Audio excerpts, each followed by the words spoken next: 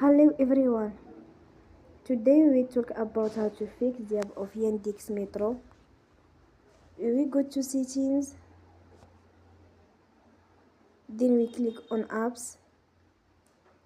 After that we search the app Yandex Metro and we click.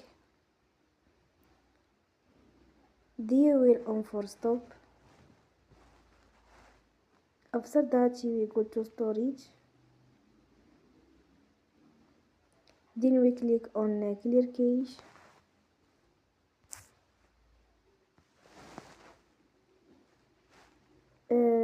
In the end, turn off your phone and you will restart your phone again. Don't forget to support us by like and subscribe. See you next time and thank you for watching.